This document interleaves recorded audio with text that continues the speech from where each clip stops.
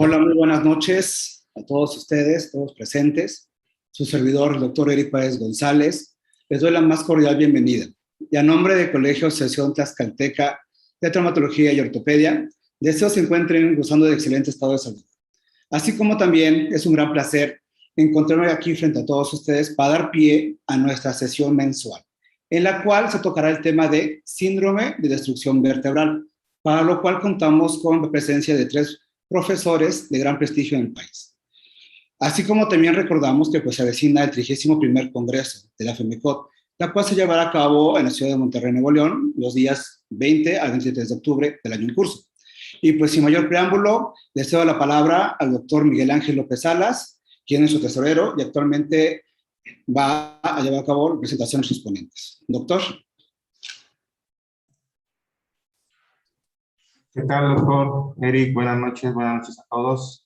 Les agradezco de su presencia y pues a nombre de la Asociación Tlaxcalteca, pues le doy la bienvenida a esta sesión. Para los que no me conocen, soy el doctor Miguel Ángel López Salas, traumatólogo ortopedista y cirujano de columna. Soy miembro del Colegio de Tlaxcala de Ortopedia y de la Asociación Mexicana de Cirujanos de Columna. Para mí es grato el día de hoy poderles presentar a unos excelentes profesores, excelentes especialistas, con una amplia trayectoria en el tema que vamos a abordar. Y bueno, sin más preámbulo, les comparto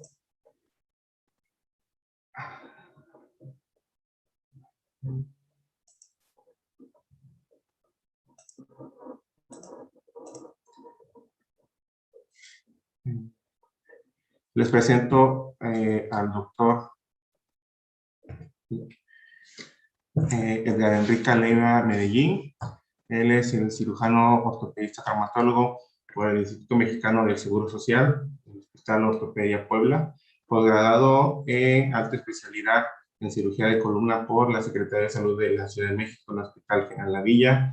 Es miembro de la Asociación Mexicana de Cirujanos de Columna, miembro AOSPAI, miembro fundador de OrtoSPAI Puebla, es miembro titular del Colegio de Ortopedia del Estado de Tlaxcala y médico adscrito al Hospital de Traumatología y Ortopedia de la Secretaría de Salud del Estado de Puebla. También es un gusto presentarles al doctor Amado González Moga. Él es especialista en ortopedia y traumatología por el Instituto Mexicano de Seguridad Social del Estado de México de ICEMIN. Subespecialista en cirugía de columna por el Hospital General La Villa. Es médico adscrito al servicio cirujano de cirugía de columna del Centro Médico ICEMIN Ecatepec, titular del curso de alta especialidad en cirugía de columna del Centro Médico ICEMIN Ecatepec, profesor titular de la carrera de medicina Universidad Minaga Nakamoto, profesor adjunto del curso de ortopedia de la Universidad Autónoma del Estado de México y vicepresidente del Colegio de Ortopedia del Colegio de Ortopedia del Valle de México.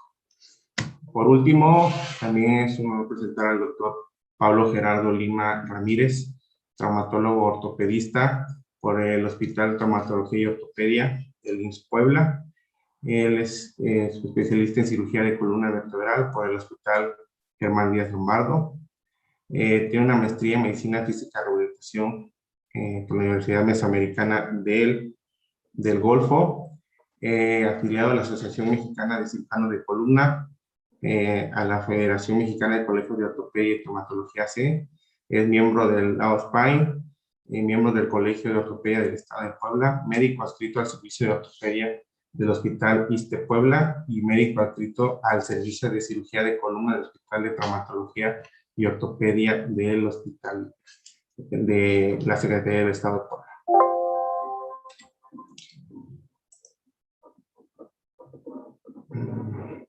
Bueno, pues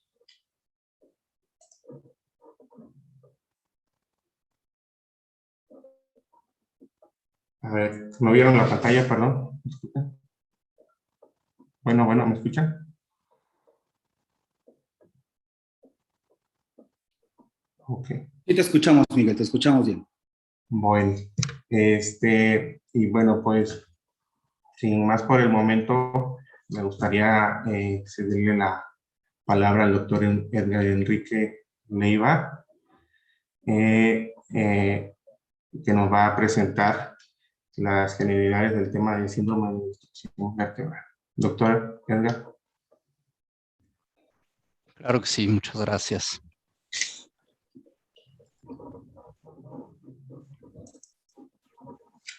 Muy bien. ¿Ya estamos? Sí, ¿verdad? Pues muchas gracias a todos ustedes, doctor Eric Paredes, doctor Miguel López, muchísimas gracias. A todos los colegas del estado de Tlaxcala, un saludo afectuoso a los doctores de SFACIUX también, por supuesto. Vamos a hablar de una patología que es relativamente frecuente, es el síndrome de destrucción vertebral. Vamos a hablar un poquito de las generalidades como tal. Algo importante es que no hay peor diagnóstico que el que no se hace. Y esto tiene mucha importancia porque en ocasiones pensábamos, por una u otra razón, que esto pueda ser únicamente una lumbalgia, ¿no? Algunas situaciones, algunos casos en los cuales pueda existir premura por la atención con los pacientes o pensar que algún paciente pueda ser un tanto cuanto simulador. Si el paciente nos dice que le duele la espalda hasta no demostrar lo contrario. Esto es súper importante. Bien. Ejemplo una resonancia, un corte coronal, un corte sagital, donde nos vamos mucho por la idea de este proceso degenerativo del disco, en donde vemos estos cambios, esta deshidratación, este pequeño ahumamiento, una protrusión que pues en general no condiciona una compresión como tal. Paciente que es valorado en una institución y se diagnostica como trastorno del disco lumbar y otros con radiculopatía, ¿no? Una paciente que está en protocolo de manejo quirúrgico, pero que pues con los avances tecnológicos investiga, se mete a internet, busca y dice, mi cuadro clínico, doctor, no coincide con lo que me están diciendo, ¿no? Pues, ¿qué opina usted? Entonces vamos a echarle un ojito nuevamente a este corte coronal. ¿Qué vemos aquí? Es una secuencia T2, un corte coronal de una resonancia magnética lumbar simple, donde se alcanzan a ver múltiples imágenes hiperintensas, ¿no? Probablemente unos hemangiomas, pero no es todo lo que vemos. Si vemos más a detalle, hay cambios ya en intensidad en la porción proximal del cuerpo vertebral, en las plataformas hay ciertas irregularidades que se hacen de igual manera manifiestas en la vista sagital. Entonces, estas alteraciones, estas imágenes que están ahí diferentes a lo esperado nos deben llamar la atención. Si nos enfocamos un poquito en los elementos posteriores, vamos a ver algunas zonas líticas, algunas zonas y cambios que ya se presentan en la parte posterior de la columna. Tenemos la oportunidad, ¿no?, de poder jugar con las secuencias y vemos en esta secuencia cómo ya esas alteraciones líticas se hacen más manifiestas. Nos extendemos un poquito hacia el sacro y vemos estas zonas de hiperintensidad que de igual manera se ven ya hacia la pelvis, ¿no? Nos pasa una idea por la cabeza, podemos ir pensando en un diagnóstico. Bueno, otro caso, ¿qué tenemos aquí?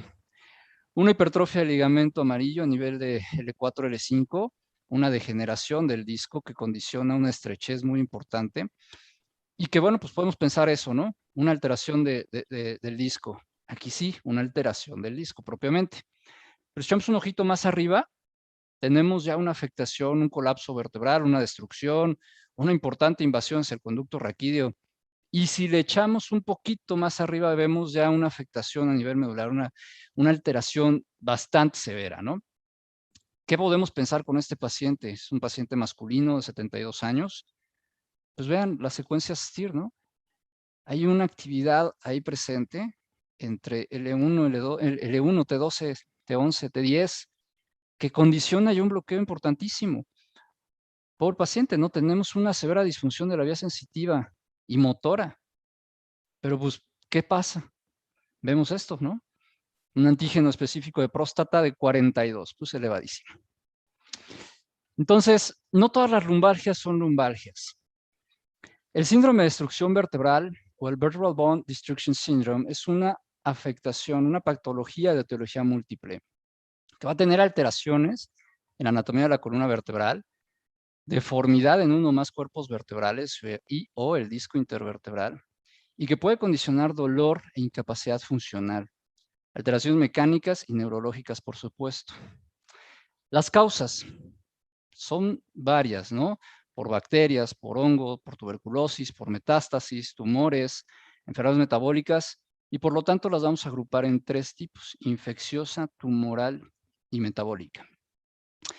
Generalmente vamos a tener un paciente entre los 40 y 80 años, predominio del sexo masculino, con alguna comorbilidad o inmunocomprometido. Entonces, paciente que por ahí llegue, ¿no? Alcohólico, que se drogue, diabético, con VIH, alguna alteración, enfermedad, es un paciente que nos debe despertar por ahí una bandera roja en la atención del mismo. La manifestación clínica, y aquí hago una pausa porque estamos hablando en este artículo de una osteomielitis vertebral, pues va a ser dolor de espalda baja, o dolor de espalda, o dolor general, ¿no? En algunos casos fiebre, dolor irradiado, algunas alteraciones sensitivas, pero como denominador es el dolor de espalda. ¿Cómo podemos hacer un diagnóstico rápido y oportuno? Pues no cabe duda que la clínica es lo primero. Y hay un artículo también muy interesante del Instituto Nacional de Rehabilitación de por ahí del año 2008, donde se hace una revisión de los diferentes estudios y recomendaciones para dar seguimiento y pie a estos pacientes, ¿no? Una serie de estudios en una agrupación básica, tumoral o de infección, que se ve la posibilidad de ir modificando, de resumirlo un poquito, con algunos estudios específicos.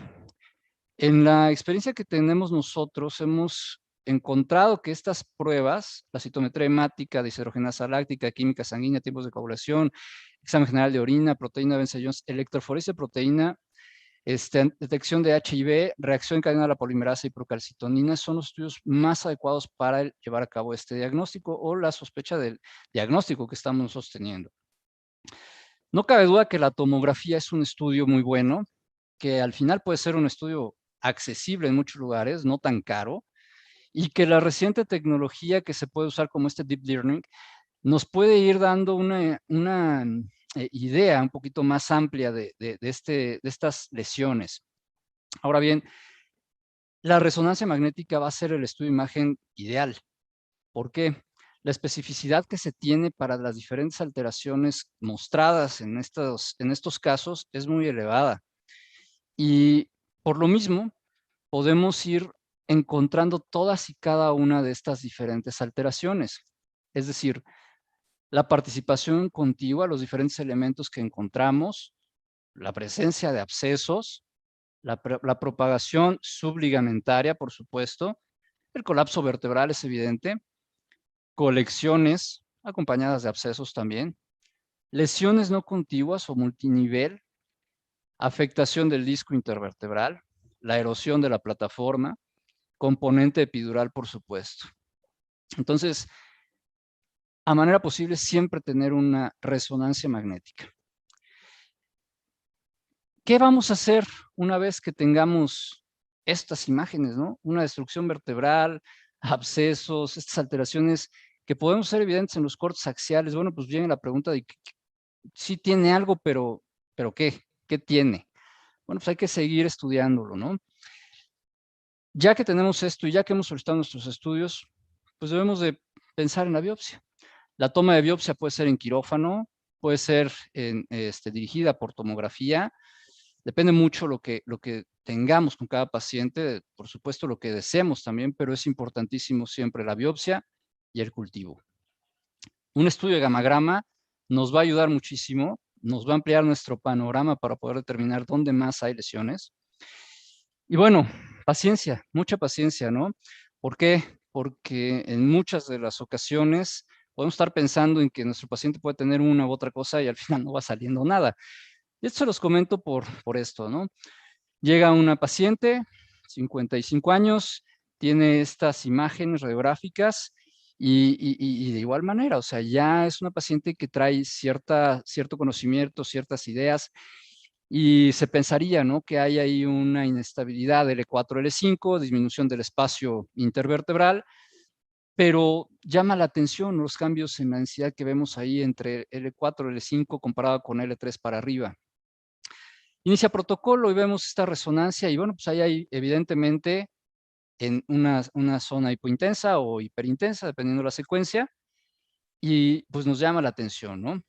De igual manera, en estas imágenes que vemos ya con gadolinio, hay la presencia de alguna actividad de algún tipo, ¿no? Pero ¿qué cosa es? Pues vamos entonces con protocolo completo, ¿no?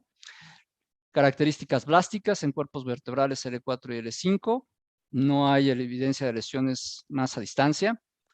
Los exámenes de laboratorio, negativo, Brucella, negativo Proteus, laboratorios normal, reacciones febriles negativas, PCR pues un poco elevada, negativo para VIH, proteína de ensayos negativos, electroforesis de proteínas normales, vaciloscopía negativo.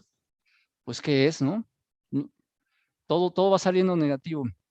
Entonces, el resultado de este paciente sale con una biopsia. Presencia CD38 positivo en células plasmáticas al 30%. Pues ya con eso sabemos, ¿no?, de qué se trata esto. Entonces, es muy importante siempre tener presente que el paciente va a tener algo hasta que no demostremos lo contrario. Bueno, paciente con mieloma, en este momento hay una afectación vertebral, pero todavía no hay una destrucción vertebral. Se captan a tiempo y puede iniciar su manejo por hematología o bien por oncología, ¿no? Entonces, hay que determinar, hay que diagnosticar para poder empezar un tratamiento de manera conjunta, ¿sí? No vamos a entrar más a detalles, se hará más adelante las descripciones específicas de estas dos más frecuentes, que son la infeccioso y la de origen tumoral. Muchas gracias.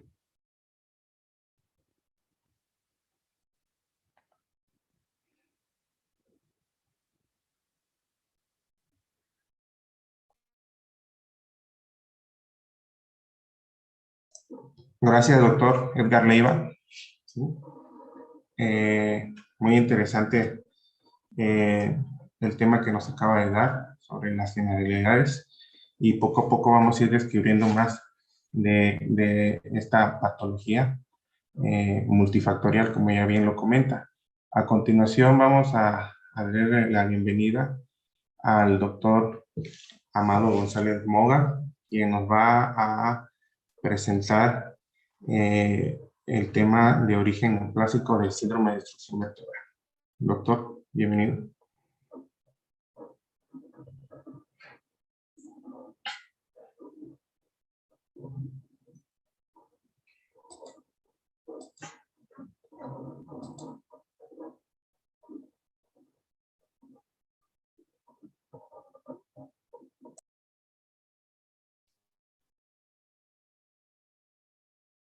Doctor Moga, no lo escuchamos. Tiene su micrófono apagado.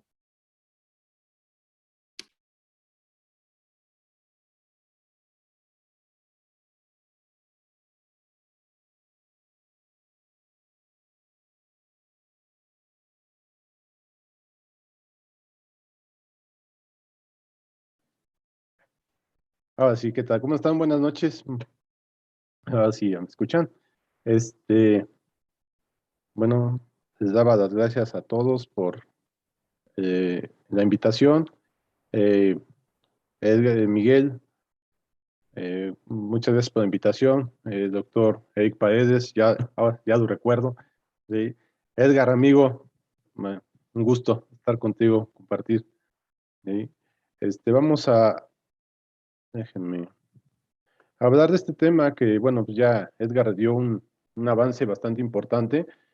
Son temas pues, de interés porque en la consulta día de día pues nos encontramos con muchos pues, dolor de espalda, ¿no? Y la mayoría de las veces, pues a veces dejamos pasar esos diagnósticos, igual puede ser que por el cansancio del médico, por el volumen de pacientes, pero hay veces que se nos pueden ir algunos diagnósticos de este tipo y que podríamos atacarlos desde el inicio y poderles dar una buena evolución y un buen manejo, ¿no? Un segundo. Bueno, vamos a hablar de la destrucción vertebral en metástasis de la columna vertebral.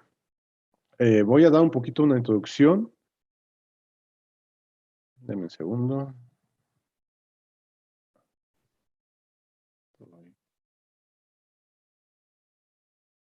Ahora sí, ya está jalado. Se trabó. Bueno,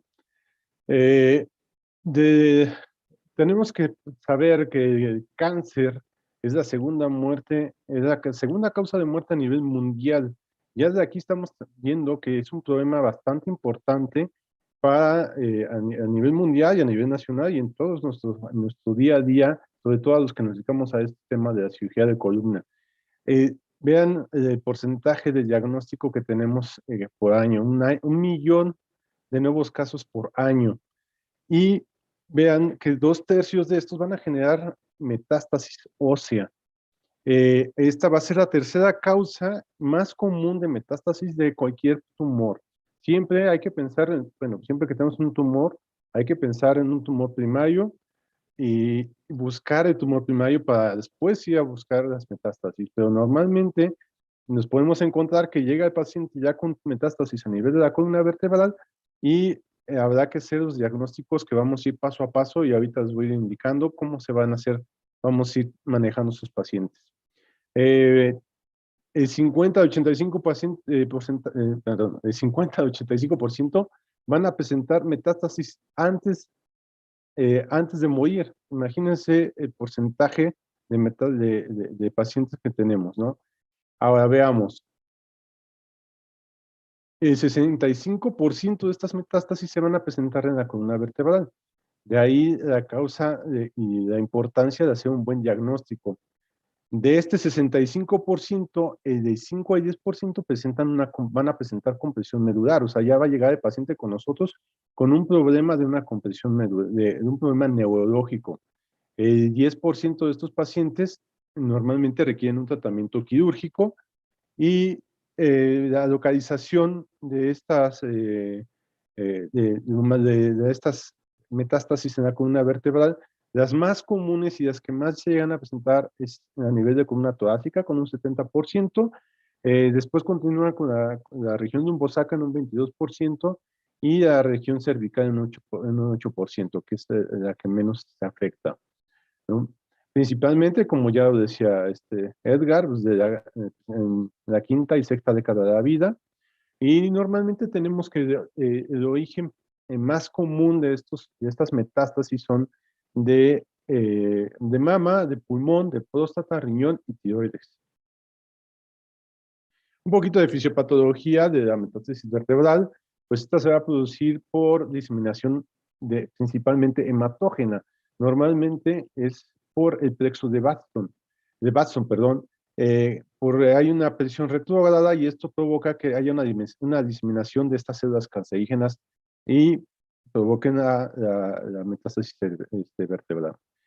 Lo es más común por el mismo plexo en el arco posterior, y también podemos tener metástasis por vía arterial, por invasión local, por algún tumor local, o puede ser, por ejemplo, un miosarcoma, y puede dar invasión a la columna vertebral. Y también por vía linfática. Vamos al cuadro clínico. Como hablaba un poco Edgar, en este caso los tumores o las metástasis vertebrales la mayoría de las veces empiezan asintomáticos, ¿no? O sea, no hay dolor, no hay molestias, y va evolucionando el dolor, van evolucionando estos pacientes hasta presentar dolor. Normalmente llegamos al diagnóstico de estas metástasis en un 35% se van a presentar por un diagnóstico incidental, o sea, llegan con molestias, dolor, se toma la radiografía y ahí es donde encontramos ya algunos datos. Pero posteriormente estos pacientes van a presentar la primera causa o el primer síntoma más importante es el dolor. Efectivamente, del 83 al 95% de los pacientes van a evolucionar con dolor. Posteriormente pueden tener por la misma compresión que empieza por vía posterior, podemos tener compresión de la médula espinal y tener algunos síntomas neurológicos. Hay pacientes que ya nos llegan con fracturas patológicas y datos de inestabilidad de la columna vertebral. Normalmente hay que hacer una muy buena semiología, una buena historia clínica, una muy buena exploración física para ir viendo al paciente y valorar de dónde viene el problema. Hay que ver cómo es el dolor, cómo se presenta, en dónde se presenta, si aumenta con la marcha, si disminuye con la marcha, si disminuye con el reposo. Todo esto es muy importante para poder saber hasta dónde vamos a llegar con nuestros pacientes. Como comentamos al principio, solamente del 5 al 10% van a presentar compromiso neurológico. Hay pacientes que ya llegan con una lesión neurológica importante y ya es complicado hacer darles tratamiento y que tengan un mejor pronóstico. Por eso es la importancia de la historia clínica y de la exploración física que les comentaba, porque de ahí vamos a tener que tomar decisiones sobre nuestros pacientes. El diagnóstico, pues lo vamos a hacer, siempre tenemos que empezar con radiografías simples, del 30 al 70%. Vamos a encontrar compromiso tumoral o lesiones líticas, ¿no? Empezamos a ver, ya en ocasiones, pues encontramos procesos destructivos, ¿no? Una de las imágenes más características es de la imagen de búho tuerto, del pedículo, se borra el pedículo, y ahí podemos encontrar datos ya de que podemos tener datos de metástasis vertebral. Otro de los estudios, como decía bien Edgar, que son de muy buena ayuda y que son económicos, es la tomografía, la que computada. Con esto nos permite evaluar perfectamente el compromiso óseo. Podemos ver la estructura ósea y de ahí podemos darnos cuenta si hay algún dato de metástasis vertebral. Tiene una especificidad de 66 al 89%. El gamma óseo, pues el gamma ya vamos a usarlo para evaluar si hay metástasis múltiples, ¿no? Si ya encontramos datos de metástasis vertebral, pues hay que investigar si hay otro cuerpo vertebral que se encuentra afectado. También lo podemos usar para evaluar la respuesta a los tratamientos como la quimioterapia o la radioterapia. La resonancia magnética es el estudio de elección. Tiene una sensibilidad de 98.5 y 98.9% de especificidad. Y la ventaja aquí es que podemos tener medios de contraste y podemos ver las imágenes líticas mucho más claras y ver los cuerpos vertebrales que se llegan a afectar, ¿no? De aquí vemos dos casos donde vemos, y como les comentaba, es más común en la vía posterior de la columna vertebral. Y bueno, pues la biopsia, el diagnóstico definitivo es con la histología del tumor. Siempre buscar hacer una biopsia. Hay veces que se recomienda normalmente hacer la percutánea para evitar mayor invasión de los tejidos. Si vamos a hacer una cirugía para estabilización de la columna, entonces sí ya podemos hacer esa estabilización, hacer la toma de la biopsia, y también podemos hacer la guiada por TAC o por navegación. Pero la biopsia es la que nos va a dar al final el diagnóstico definitivo y saber de qué origen del tumor. De ahí para poder tomar decisiones posteriores a su tratamiento. Bueno, el objetivo. El principal y el más importante por el cual nos llega el paciente a nuestra consulta, pues es el dolor, ¿no? Y lo que le importa al paciente pues, es que le quitemos el dolor.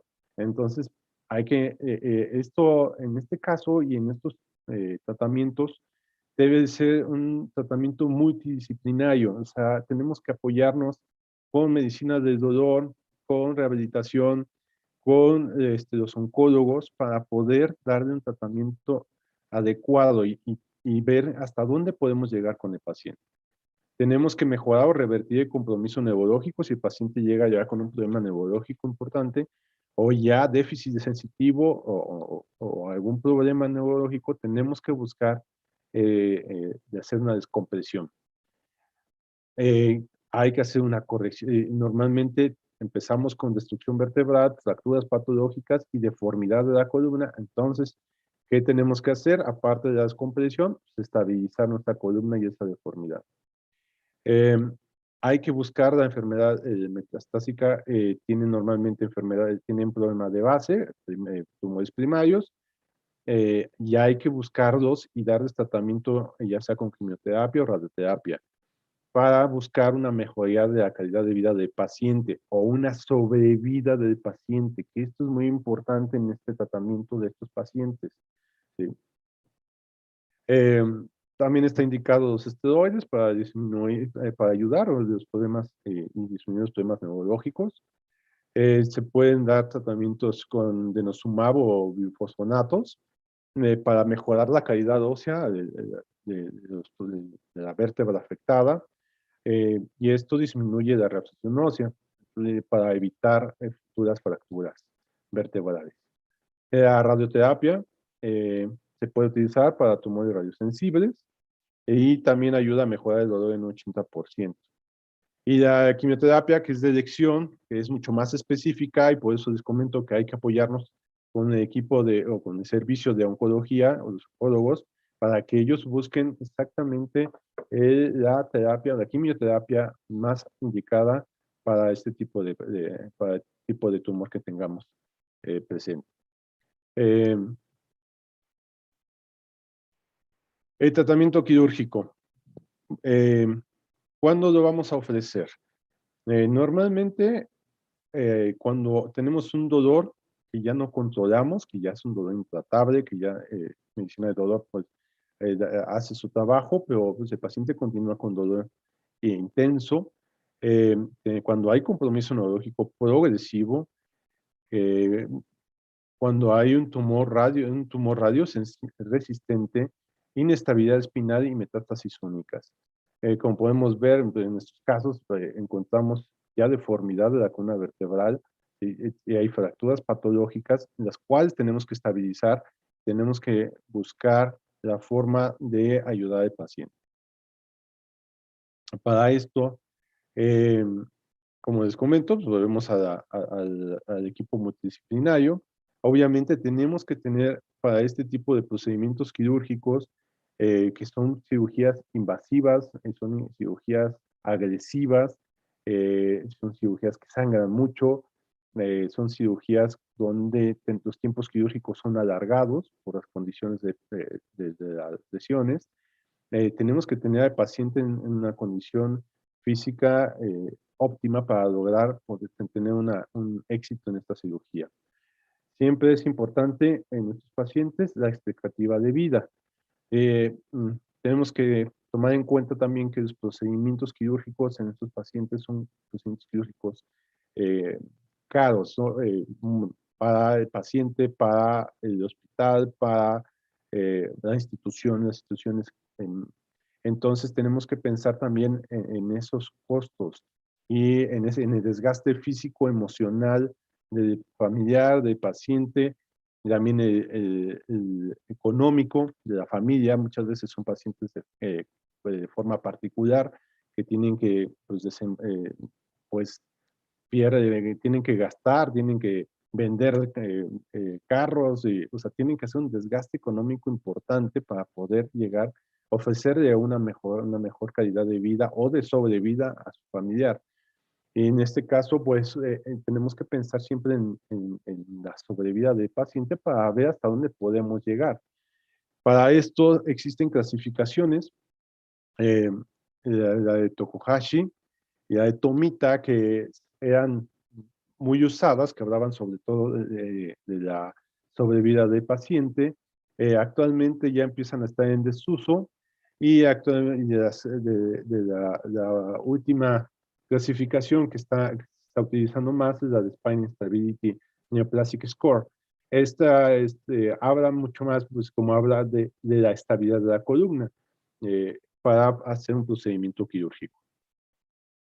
Esta es la clasificación Tokuhashi. Hablaba de sobrevidas dependiendo del score, si de 0 a 8, una sobrevida de menos de 6 meses. Entonces, y lo que se habla, y bueno, hay mucha controversia, es cuándo operar al paciente, por qué operarlo y para qué operarlo, ¿no?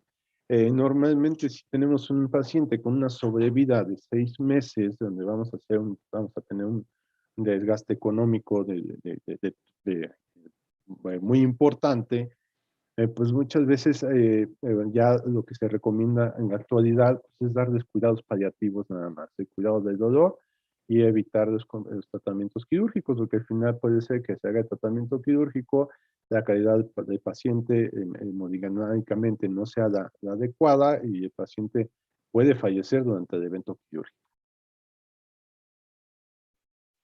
Esta es la clasificación de Tomita, que igual hablaba de sobrevida, y nos hablaba un poquito, nos daba las opciones y estrategias quirúrgicas, dependiendo del puntaje y el pronóstico del paciente. Y esta, que es la actual, la que se utiliza actualmente, que es la de Spine Stability Neoplastic Score, definen ellos la inestabilidad, la Sociedad Oncológica de columna es la pérdida de la integridad vertebral como resultado de un proceso neoplásico que se asocia a dolor generado por el movimiento, deformidad sintomática o progresiva y compromiso neurológico bajo cargas fisiológicas. En base a esto, ellos hicieron una clasificación en donde buscaron ver el nivel de inestabilidad de la columna y de ahí tomar la decisión si tenemos una columna estable, una lesión, una metástasis vertebral estable, pues hacer un tratamiento conservador hasta llegar a una lesión totalmente inestable o de riesgo de inestabilidad. Esto para toma de decisión en cuanto al tratamiento quirúrgico. ¿Y qué es lo que se busca con tratamiento quirúrgico? Pues la estabilidad, ¿sí? Se hacen resecciones amplias, ¿sí? de los cuerpos vertebrales, se hacen descompresiones de la parte posterior de la columna, se ponen implantes, es lo que les comento, son implantes que son bastante caros, para lograr la estabilidad de la columna. Aquí vemos cómo se ponen los tornillos por vía posterior, y si por vía anterior se hace un segundo abordaje, una segunda cirugía, donde se hacen disecciones amplias del cuerpo vertebral y se colocan implantes, ¿no? Hay diferentes tipos de implantes para lograr estabilidad de la columna y una mejor calidad de vida del paciente. En conclusión, bueno, pues podemos, aquí es importante realizar el diagnóstico temprano, lo más que se pueda, haciendo una buena exploración física y una historia clínica completa. Hay que tener un apoyo de un equipo multidisciplinario, son pacientes muy dedicados, hay que dedicarles tiempo y siempre pensar en la sobrevida del paciente. Si tenemos pacientes con sobrevida menor de 6 meses, pues pensar y hablar con la familia. Aquí entra también el equipo de psicología, tanatología, o sea, hay que hacer un gran equipo para apoyo del paciente y del familiar del paciente. Importante, cuando hacemos procedimientos quirúrgicos, tenemos que buscar la descompresión neurológica y la estabilización de la columna vertebral. Muchas gracias.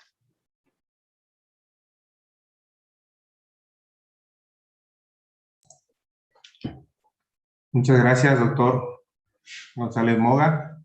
Muy interesante su plática, su charla. Les recuerdo también que si gustan hacer algún comentario, una pregunta a nuestros profesores, lo pueden hacer a través del chat y al final de las ponencias, con todo gusto las vamos a compartir. A continuación, el doctor Pablo Gerardo Lima nos va a hablar de el síndrome de destrucción vertebral pero de origen infeccioso. Adelante, doctor.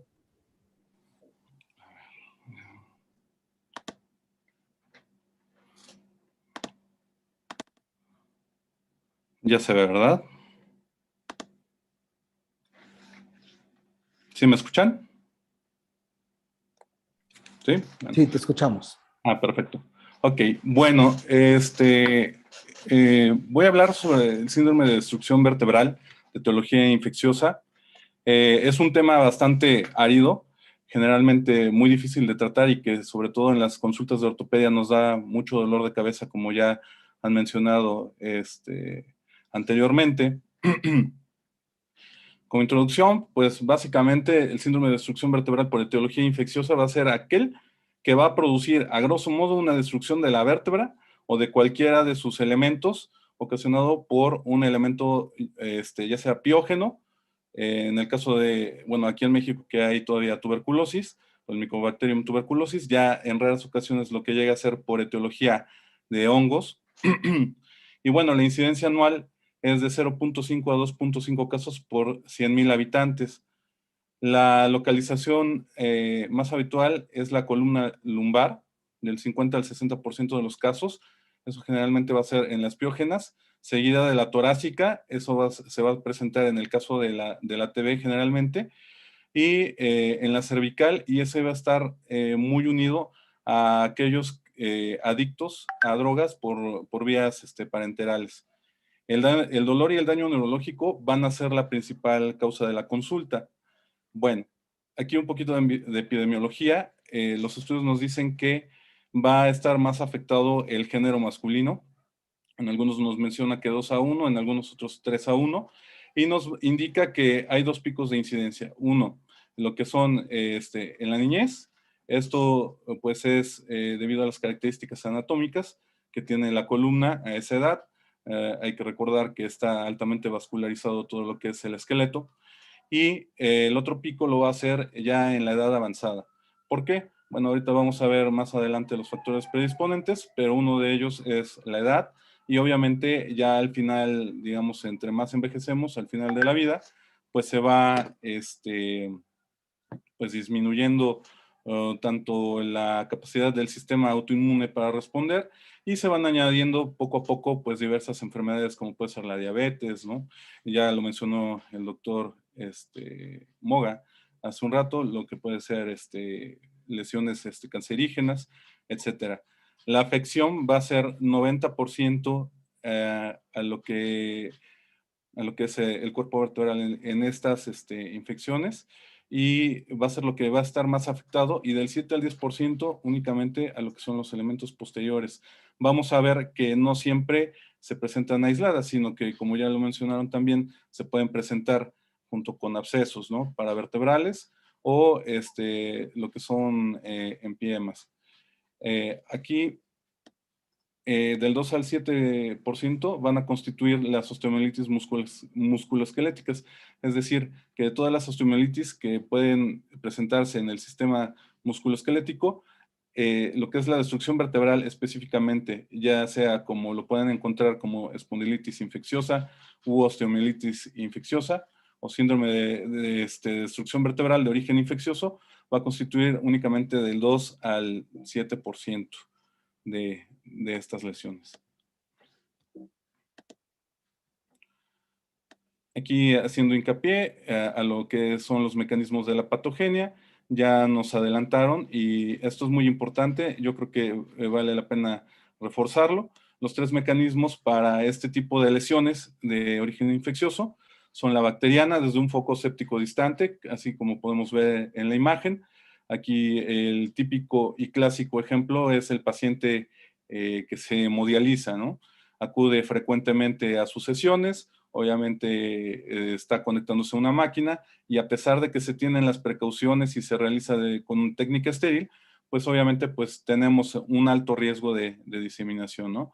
En algunos otros casos también tenemos el caso de pacientes diabéticos, los cuales llegan a presentar problemas, por ejemplo, muy distales, como son abscesos, ya sea generalmente en las extremidades inferiores, por neuropatía generalmente no llegan a sentir dolor, no les preocupa y muchas veces llegan a estar ya escépticos y bueno, llegan ahora sí que a migrar y a llegar a lo que son la columna vertebral.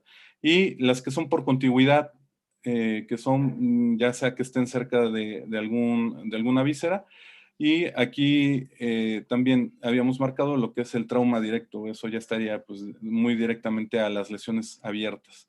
Aquí esta imagen es precisamente el plexo venoso de Watson. La mayoría de la literatura hace mucho hincapié en recordar la anatomía de este plexo, ya que hay que recordar que carece de válvulas. Entonces, realmente no tiene un mecanismo eficaz, digamos, de paso del flujo, por decirlo así, de la sangre, y pues está muy afectado, digamos, por mecanismos como son la presión, en tanto que es algo que cuidamos durante la cirugía espinal, colocando los rollos, por ejemplo, para disminuir la presión en el abdomen y pues también de cierta manera disminuir el retorno venoso, ¿no? de la sangre. Y en un porcentaje, pues llega a ser el iatrógeno que nosotros llegamos a condicionar. Aquí no vamos a ahondar más, ya que realmente pues merece otro capítulo de estudio, pero muchas veces secundario, por ejemplo, a las disectomías o algún tipo de cirugía abierta, pues llegamos a presentar infecciones. Pero dentro de las que constituyen el síndrome de destrucción vertebral, pues tenemos estos 3 focos. Dentro de la etiología, pues vamos a tener lo que son bacterias gram positivas. Generalmente más del 50%, ahí van a encontrar mucha literatura, algunos mencionan que el 50%, otros 60%, algunos llegan a manejar que hasta el 70%, van a estar condicionados por el Staphylococcus aureus como una causa principal. Pues, podemos tener también bacilos gram negativos, secundarias e infecciones genitourinarias. Ya es menos común, por ejemplo, en el caso de anaerobios, como estábamos mencionando, y ya de menos, ahora sí que peligrosidad, tendremos, por ejemplo, los Staphylococcus especie, coagulasa o el Streptococcus viridans. Y dentro de las etiologías infecciosas granulomatosas, pues tendríamos al Mycobacterium tuberculosis, que es básicamente la estrella de la plática. La brucela la llegan a mencionar. En este caso no vamos a ahondar más en ella, ya que pues sabemos que generalmente la afección que va a ser más enfocada a lo que es el disco intervertebral y no tanto a lo que es el cuerpo, ¿no? Y las fúngicas que ya habíamos mencionado, pues, generalmente pueden ser por aspergillus, algunos criptococos, pero pues realmente son menos específicas y las llegamos a encontrar precisamente como ya mencionábamos en pacientes inmunodeprimidos. Aquí les quiero compartir esta gráfica. Está tomada directamente de la Dirección del Sistema de Salud en la página del gobierno mexicano, bueno, del gobierno federal. Y aquí podemos ver cómo la tuberculosis todavía tiene pues un alto grado de casos, ¿no? Como tal no vienen los casos, eso es algo que se me hace bastante malo en el sistema, digamos, estadístico a nivel federal, porque únicamente nos contabiliza las detecciones de tuberculosis hechas por baciloscopía, pero no nos da alguna otra información. Pero aquí podemos ver, por ejemplo, en el año 2020, aquí por estado, el primero es el estado de Puebla, tuvimos detecciones positivas de tuberculosis, tuvimos 77, y las baciloscopías que se hicieron fueron 2,655. Realmente fueron muy pocos casos, mientras que en Tlaxcala pues tuvimos 83 casos en el 2020, de 2,607 baciloscopías realizadas. A nivel nacional tenemos aquí más o menos cómo se ha comportado a través de los años, y tenemos que en el 2020 de todas las baciloscopías que se realizaron, tuvimos detecciones positivas 10,419. Entonces, pues sí es una enfermedad todavía vigente y que está presente pues en nuestro país, ¿no? Ya para algunos países como primer mundo, incluso si ustedes llegan a consultar algunos autores, por ejemplo, en Estados Unidos, Alexander Vaccaro incluso ya sí la menciona, pero en el apartado de hasta abajo dice casi en países en vías de desarrollo, ¿no? Incluso hay quien llega a mencionar en Estados Unidos que pues, realmente allá pues, la tuberculosis es lo que menos les preocupa, pero aquí en México, pues desafortunadamente todavía es un problema que sigue vigente. Bueno, el inicio de la sospecha. Todo lo que es la destrucción vertebral de etiología infecciosa tiene una aparición insidiosa, es decir, generalmente no es aguda, sino que se va instalando conforme pasan los días, los meses, y generalmente cuando el paciente acude a nuestra consulta es porque ya tiene alguno de estos síntomas cardinales, como es el dolor. Se puede quejar de dolores nocturnos y que generalmente no mejoran con el descanso. Cuando llega a haber ya dolor de tipo mecánico es porque generalmente el paciente ya tiene una destrucción vertebral que le va a provocar una inestabilidad y por lo tanto, pues ahora sí que una incapacidad. El dolor irradiado es menos frecuente que nos lleguen así los pacientes, ya generalmente ahí ya están muy complicados y pues realmente eso nos lo da, por ejemplo, la formación de abscesos, ¿no? En lo que es, por ejemplo, el músculo psoas. Y ya los signos neurológicos son de aparición tardía. Eso pues generalmente es a consecuencia de lo anterior. Ya tenemos una inestabilidad, podemos tener, como ya bien mencionaban, una compresión del conducto raquídeo, una compresión de lo que puede ser tanto la médula espinal como pueden ser las raíces nerviosas, dependiendo del segmento que se afecte. Y pues bueno, la fiebre nos la marca en algunos casos incluso como inespecífico.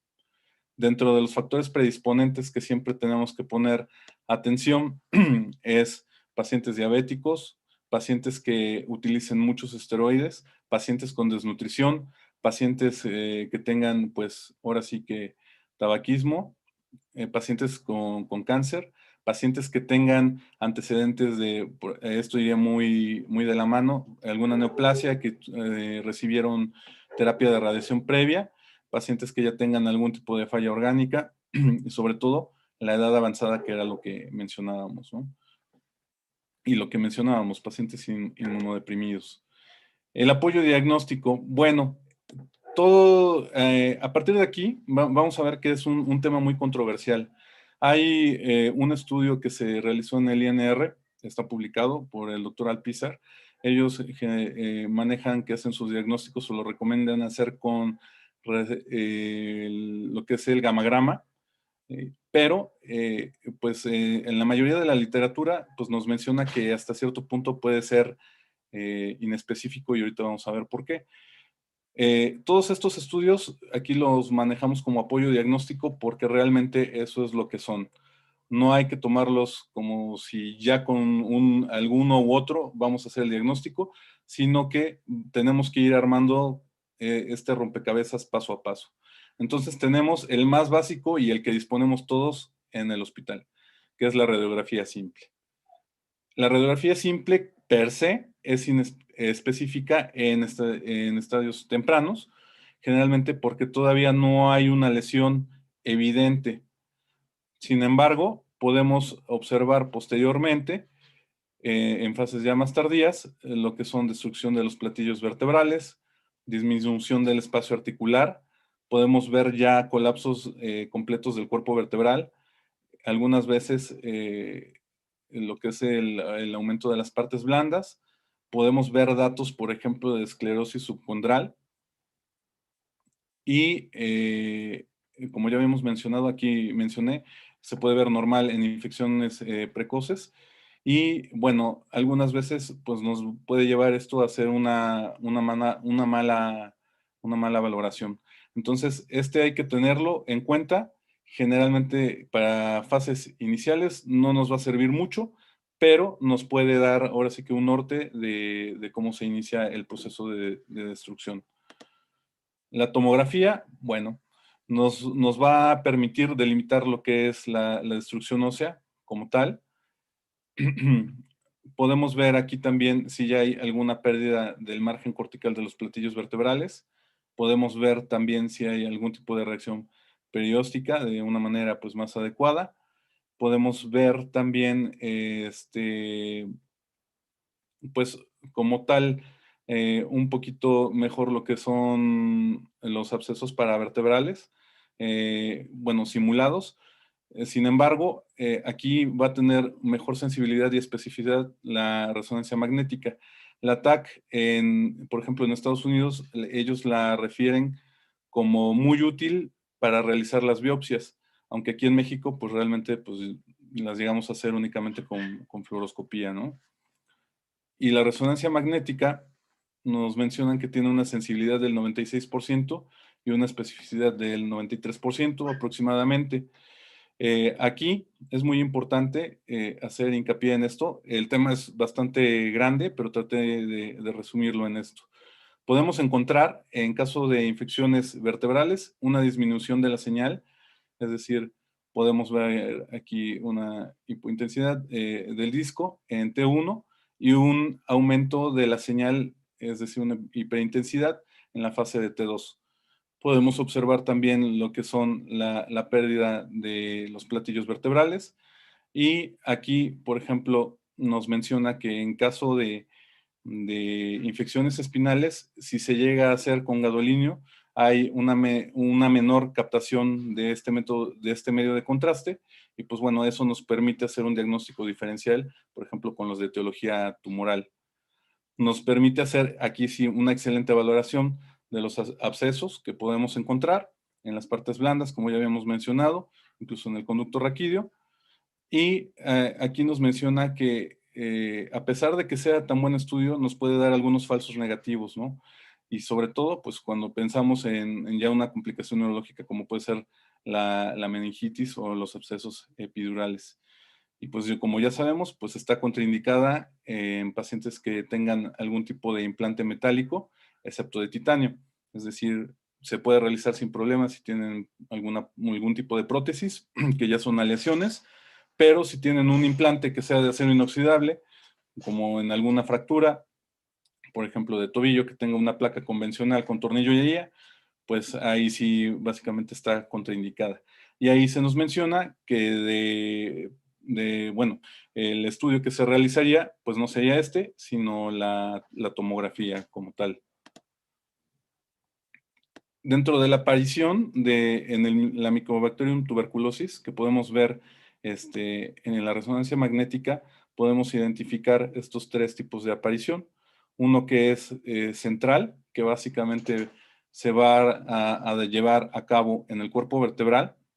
Uno que es prediscal, que va a surgir a partir de lo que es el ligamento longitudinal anterior y que puede estar acompañado o no, así nos mencionan, de un absceso, y de la presentación anterior, que básicamente va a ser una reacción inflamatoria en el trayecto de lo que es el ligamento longitudinal anterior.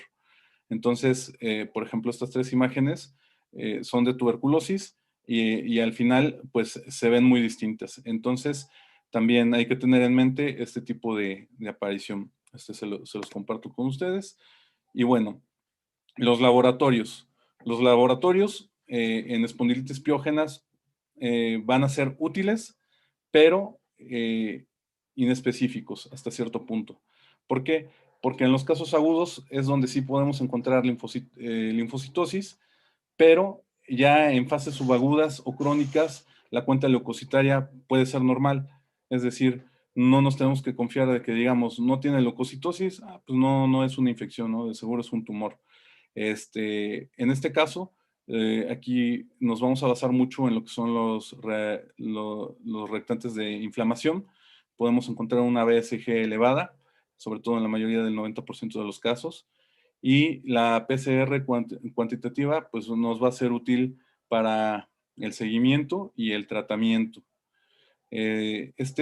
Puede presentar una rápida declinación al responder favorablemente a lo que son los antibióticos y pues obviamente entre más se vaya normalizando, pues nos puede dar pauta a quitar, digamos, una terapia antibiótica parenteral a una ya que es tomada. Sobre los hemocultivos, pues nos dicen que es negativo hasta en el 75% de las veces. Entonces, aquí es muy importante saber esto, porque como ya lo mencionaron previamente, hay que ser o tratar de ser selectivos con nuestro paciente. Si ya tenemos, por ejemplo, alguna sospecha por clínica, historia clínica, y que el paciente ya llegue con alguna imagen de una probable etiología infecciosa, pues también muchas veces tratar de ser un poquito reservados, ya que pues los estudios pues, son muy caros. Si definitivamente no nos da una pauta para definir si la etiología es por neoplasia o por infección, pues de modo, en esos casos pues sí se tendrán que hacer todos los estudios pertinentes. Este es en el caso de las piógenas, y en la tuberculosis, los hallazgos de laboratorio también nos menciona que son inespecíficos, y la leucocitosis puede estar o no estar presente, independientemente de que la infección esté activa. Aquí la BCG puede ser normal en el 25% de los casos, a comparación de esta, que es la piógena. La prueba cutánea de tuberculosis, PPD, no va a ser útil, ya que presenta muchos falsos positivos. Y pues la reacción de cadena polimerasa sí puede ser más útil, es diagnóstica, y pues detecta el ADN del bacilo. Entonces, si nos damos cuenta, dependiendo de la sospecha que tengamos, pues podemos ir dirigiendo también la toma de decisiones en cuanto a lo que vamos a solicitar. Hay que recordar esto, la tuberculosis es considerada el gran imitador. Aquí tenemos una tablita comparativa. La etiología piógena nos va a afectar principalmente lo que es el segmento lumbar.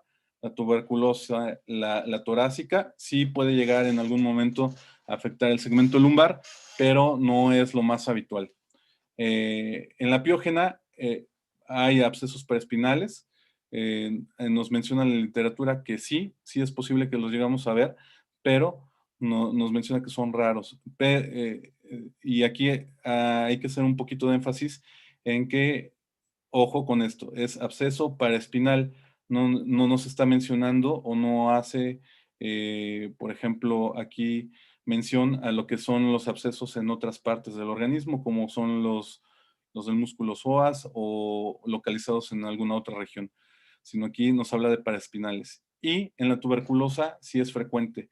Si recordamos la imagen anterior que teníamos de la presentación prediscal, central o anterior de los cambios que se realizan en presencia de tuberculosis, pues podemos ver que si la formación de un absceso paravertebral pues es frecuente, ¿no?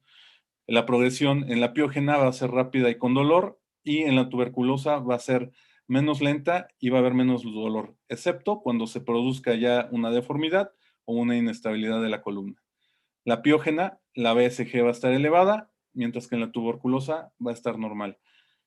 ¿Sale? La diseminación subligamentaria va a ser rara, y la diseminación subligamentaria en el caso de la tuberculosa pues va a ser más frecuente. Entonces, aquí, como podemos darnos cuenta, estas pistas nos pueden ayudar todavía a orientar más el diagnóstico. Y recordar que siempre en la piógena, generalmente, lo que es el disco va a ser lo primero que se llegue a afectar, ¿no? Digamos, es la presentación más frecuente. El diagnóstico definitivo pues va a requerir una biopsia. Nos menciona que nos da arriba del 70% de la certeza, y en algunos casos, de ser posible, el cultivo del sitio infectado. Entonces, aquí, si es posible, hay que realizar la biopsia. Ante toda duda, realizar la biopsia, que es la que nos va a dar la pauta, digamos, para identificar el microorganismo ya con certeza que está originando la destrucción vertebral. El centellograma o gramagrama nos menciona que no es específico. Aquí es donde les menciono que, por ejemplo, en ese estudio del INR, ellos mencionaban que pues habían encontrado muy buenos resultados realizando el gamagrama, pero como lo mencionábamos, pues realmente nos va a detectar focos donde el flujo, pues ahora sí sanguíneo está aumentado, y pues por lo tanto, pues no es muy específico, ¿no? Como tal. Nos puede ayudar más, como nos mencionaba el doctor Moga, pues en el caso de una etiología, pues ahora sí neoplásica. Y la mielografía, pues completamente contraindicada, ¿no? En algún artículo llegó a aparecer, pero de igual forma nos dice que eso pues ya no está en uso. Los objetivos del tratamiento van a ser precisamente erradicar el agente causal, aliviar el dolor, preservar o restaurar la función neurológica, mejorar el estado nutricional del paciente y mantener la estabilidad vertebral. Aquí tenemos, por ejemplo, estos 3 circulitos que básicamente, digamos, va a ser lo que tenemos que vigilar en el paciente. El estado general del paciente, el estado neurológico y la estabilidad de la columna vertebral. Aquí los antibióticos se recomienda que no se inicien hasta que se realice la biopsia o se tenga certeza de qué microorganismo es el que se está desarrollando la destrucción vertebral. Esto es muy importante, ya que pues muchas veces generalmente llega un paciente, piensan en una infección vertebral y pues es muy socorrido y sobre todo, digamos, por los residentes de que inician un tratamiento con antibióticos y pues obviamente inician antibióticos y pues todavía ni siquiera tenemos certeza de qué, de qué agente patógeno es el que está involucrado, ¿no? Antes de suspender la antibioticoterapia, pues tenemos tener intravenosa, debemos tener un paciente febril, sin dolor, con BCG y PCR disminuidas, por al menos 2/3 del nivel previo al inicio del tratamiento. Y bueno, ahorita vamos a ver sobre el tratamiento conservador un poquito más. Aquí nos menciona que el uso del corset, en el caso, por ejemplo, de la tuberculosis o de una afección lumbar, puede estar indicado de 6 a 12 semanas, precisamente para prevenir una deformidad o hasta que se observe una fusión ósea en las radiografías o en una tomografía, ¿no? Y generalmente hasta que haya desaparecido el dolor. Entonces, si se dan cuenta, el uso de antibióticos pues también debe de estar muy selecto. La antibiótico-terapia combinada con debridación quirúrgica y estabilización puede disminuir la mortalidad a menos del 5%, pero pues esto no es, digamos, lo de inicio. Primero, lo que se recomienda es precisamente identificar el patógeno, enfriar el cuadro y luego decidir, ¿no? Si el paciente se puede beneficiar de un tratamiento conservador o de uno quirúrgico, ¿no? Si los cultivos o la biopsia percutánea no identifican al organismo infeccioso, pues bueno, puede estar indicada la biopsia quirúrgica abierta. Muchas veces, al menos a mí, sí me ha sucedido, se realiza la biopsia, se toman al menos unas 4 muestras de la misma vértebra y muchas veces he llegado a encontrar algunos reportes que mencionan muestra insuficiente, de acuerdo a la muestra recibida no se pudo identificar infección. En algunos incluso pueden poner, mediante esta muestra no se puede determinar neoplasia, infección, por lo cual se sugiere realizar otra biopsia. Entonces, cuando eso nos pase, pues ya no nos queda más que hacerla abierta, ¿no? Que de cierta manera, pues también es algo un tanto controvertido. El tratamiento farmacológico en la TB, pues bueno, los objetivos del tratamiento son, como ya habíamos dicho también, minimizar el déficit neurológico, obviamente evitar que progrese para mantener la estabilidad, proveer un estado nutricional adecuado al paciente, igual que en la piógena, y erradicar el cuadro infeccioso. El cuadro de tratamiento que siempre vamos a ver va a ser el de isoniazida, rifampicina con etambutol y piracinamida en al menos 6 meses. Aquí hay que trabajar mucho de la mano con lo que es infectología, ya que sobre todo en muchos de los hospitales el uso de los antibióticos está restringido, ¿no? Mientras nosotros mandemos cefalosporinas, ¿no? Algún que otro macrólido, pues generalmente no tenemos problema, pero cuando ya queremos utilizar algo más, ya ahí generalmente estamos limitados a llamar precisamente a infectología o al servicio de epidemiología. Entonces también debemos de estar abiertos e involucrarlos en el tratamiento de estos pacientes. Aquí se recomienda el de la isoniazida, una dosis de 300 miligramos cada 24 horas. En el caso de rifampicina, 600 miligramos cada 24 horas, piracinamida 20 miligramos por kilogramo de peso por 24 horas, o el etambutol 15 miligramos por kilogramo de peso cada 24 horas. En el caso de las piógenas, generalmente lo que son las cefalosporinas como la ceftriaxona nos puede dar un muy buen resultado. Aquí nos menciona lo que es la cloxacilina, que en México disponemos de lo que es dicloxacilina también, que nos puede ayudar mucho. Y bueno, cuando pensemos que es de etiología posquirúrgica, pues podemos utilizar lo que es la ceftazidima. Entonces, lo que son cefalosporinas son muy buenas para tratarlos. Esos serían, digamos, los tratamientos que pudiéramos iniciar. Obviamente, lo mejor y lo que se recomienda es realizar precisamente la identificación del patógeno y en la medida de lo posible, pues realizar un antibiograma si es que se puede, ¿no? Aquí podemos ver, más o menos se repiten y si se dan cuenta, pues son los mismos medicamentos, ¿no? Que llegan a manejar como tratamiento definitivo, pero pues ya aquí ya vienen, pues ahora sí que administrados por tiempos más largo. Tratamiento conservador y quirúrgico, bueno, en ambas, proveer estabilidad del segmento lesionado, restaurar en la medida de lo posible la alineación anatómica, preservar y mejorar la función neurológica y prevenir deformidades y lesiones secundarias que nos van a llevar a aliviar el dolor. Entonces, teníamos, como estábamos hablando, el tratamiento conservador, ya sea el uso de órtesis, la analgesia y el reposo más o menos de 6 a 8 semanas de forma inicial. Y en el caso, por ejemplo, de la tuberculosis, pues dependiendo de cómo se vaya comportando el cuadro, si es que no está tan inestable, bueno, se puede prescindir de ellas, o si ya tenemos un riesgo de deformidad, bueno, pues podemos indicar algún tipo de corset, ¿no? En algunos nos menciona que se puede utilizar desde lo que es el corset de Jewett, generalmente, por ejemplo, para fracturas que se encuentran en un segmento torácico bajo, el corset de Taylor, o ya en casos más raros, pues lo que es las órtesis cervicales,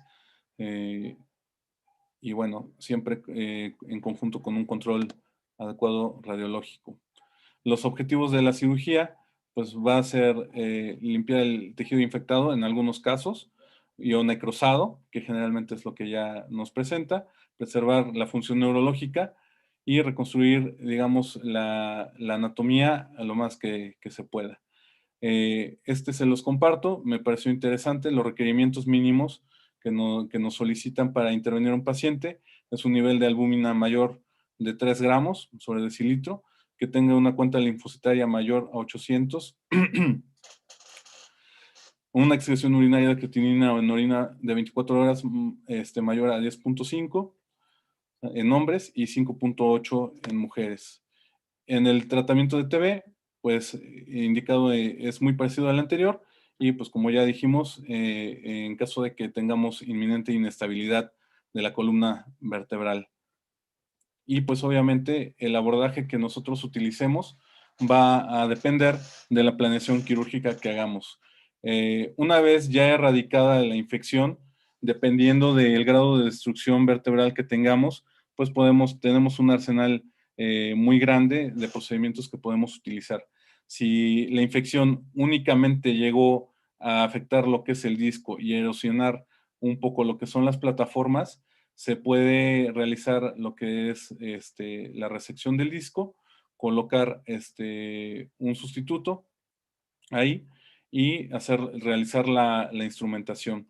Aquí, por ejemplo, tenemos el esquema, pero tenemos, digamos, aquí trataron de hacer una corpectomía, aunque se ve así, esta tomada de un libro, y eso se los comparto, es por eso que me llamó la atención, pero aquí principalmente lo que trataron de sustituir y lo que nos mencionaba era que trataban de apuntalar lo que es la columna anterior, ya que estaba preservado lo que es la columna media, ¿no?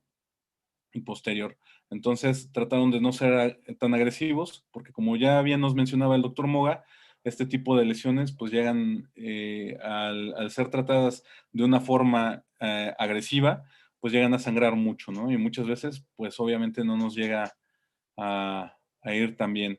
o llegamos a realizar la corpectomía completa. En el caso de que se destruya completamente la vértebra, pues bueno, algunas veces también el sangrado pues es un limitante para terminar la técnica quirúrgica. Aquí siempre hay que recordar que pues el mejor abordaje es con el que está familiarizado el cirujano de columna, o en este caso el ortopedista que llegue a estar instalado en un servicio de columna.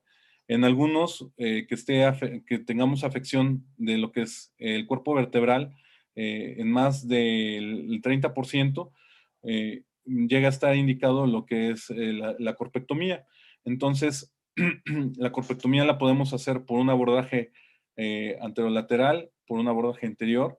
Obviamente ahí me parece que son muy pocos los cirujanos que hacen completo el abordaje. Yo en lo personal sí pido el apoyo de un cirujano.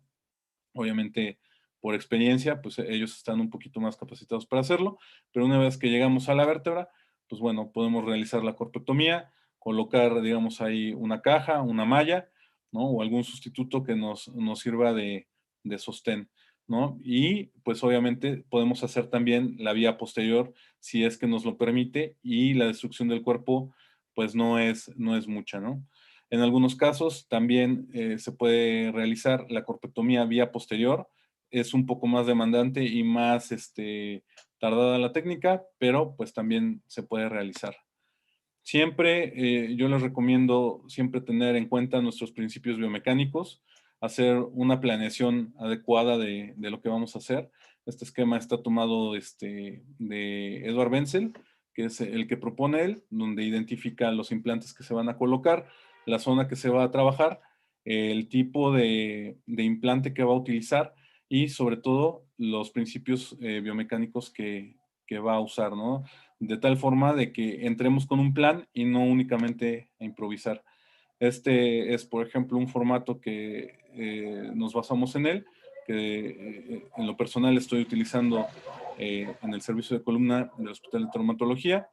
Está tomado del de Benzel, son los esquemas que él propone, ya obviamente traducido al español, pero que nos permite pues hacer una planeación adecuada de nuestra cirugía. Siempre tener en cuenta nuestros tipos de constructo y los principios que nos mencionan, el principio de distracción, banda de tensión, flexión en 3 puntos, el principio de voladizo. Generalmente siempre llegamos a ser híbridos, podemos combinarlos o jugar con ellos, siempre tener en cuenta lo que habíamos mencionado. En caso de destrucción completa del cuerpo vertebral, tomar en cuenta lo que es el refuerzo del puntal intersomático, como puede ser aquí, que como ya mencionamos, pueden constituirlo lo que son las mallas, las cajas telescópicas, etcétera, ¿no?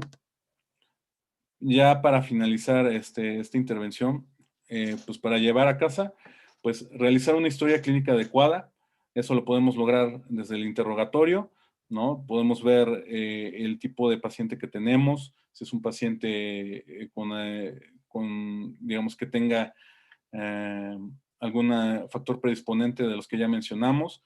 Obviamente, por ejemplo, si convive con pacientes que tengan algún tipo de enfermedad como ya sea tuberculosis, que tosan mucho, ahí podemos empezar a identificarlo. La etiología y la aparición del dolor, ser selectivos a la hora de solicitar estudios, eso es algo que siempre debemos de llevar a cabo. Generalmente y desafortunadamente aquí en México, y eso lo veo en la consulta por ejemplo, de salubridad, es bien difícil porque hay algunos estudios que no realiza el hospital, entonces se los tenemos que solicitar aparte, pero por ejemplo, nada más en el caso de solicitar un screening completo, pues llegan a gastar hasta 4,000 pesos, ¿no? Por ejemplo, una biopsia, mandarla a un laboratorio pues decente nos puede llegar a costar más o menos entre 3,500 a 4,000 pesos.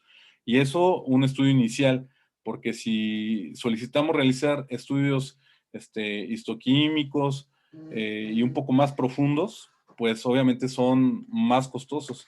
Tuve un paciente que llegó a gastarse hasta 8,000 pesos nada más en eso.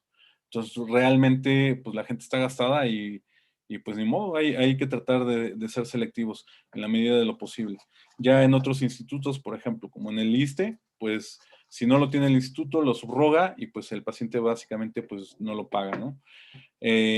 No iniciar antibióticos sin biopsia o cultivos, si es que llegase a darse el caso. La biopsia va a ser el estándar de oro. En cuanto a los estudios de imagen, yo le recomiendo pues utilizar en la medida de lo posible, pues generalmente, como ya lo había mencionado, para fase inicial no nos sirve, pero generalmente llegan a nuestra consulta cuando ya es una fase tardía, pues lo podemos utilizar para un buen seguimiento, no es costoso. Si está en nuestra mano solicitar una resonancia magnética para afinar, bueno, pues adelante, ¿no? Y si se tiene que realizar pensando en que hay algún absceso involucrado, pues ni modo, ¿no? Pero tratar de no soltar todo, digamos, el arsenal de primera instancia. La cirugía, pues puede ser necesaria en caso de que fracase el tratamiento médico, que haya un compromiso neurológico o, como ya mencionamos, la inestabilidad. Y sobre todo, nunca perder de vista el apoyo multidisciplinario. Entonces, pues básicamente con eso concluiríamos. Este es un algoritmo que nos comparte la O en su libro de infecciones vertebrales. Entonces aquí nos menciona siempre hacer una semiología como exámenes de laboratorio iniciales, pues siempre nuestra BH, la BSG y la PCR, que al menos nos permitiría diferenciar entre si es de origen piógeno o tuberculosa.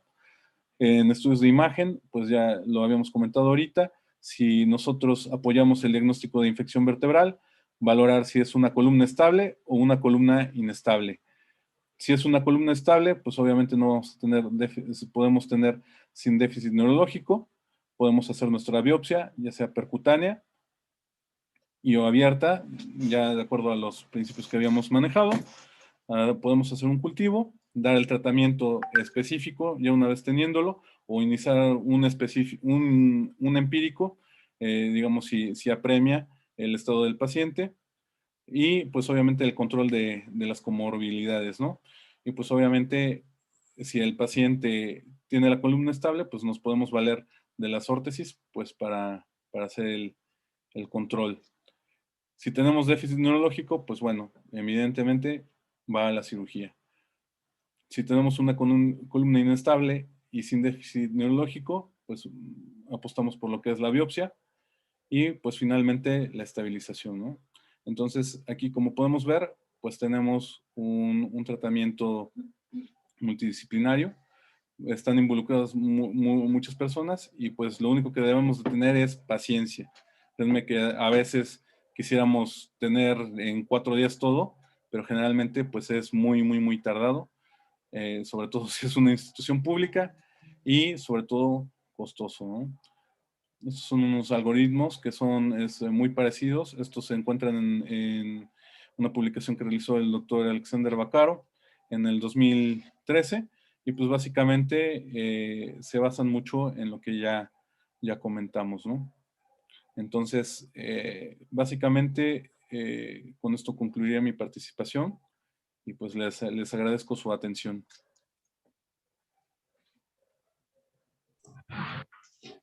Muchas gracias, Pablo.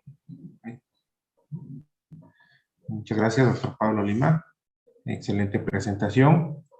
Y bueno, a continuación vamos a dar la participación al doctor Edgar Leiva, que nos va a presentar un caso clínico. Doctor Edgar.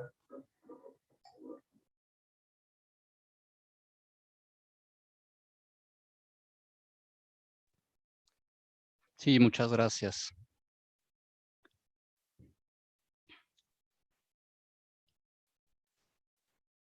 Muy bien, bueno, pues tratando de no redundar más en lo ya mencionado, ¿no?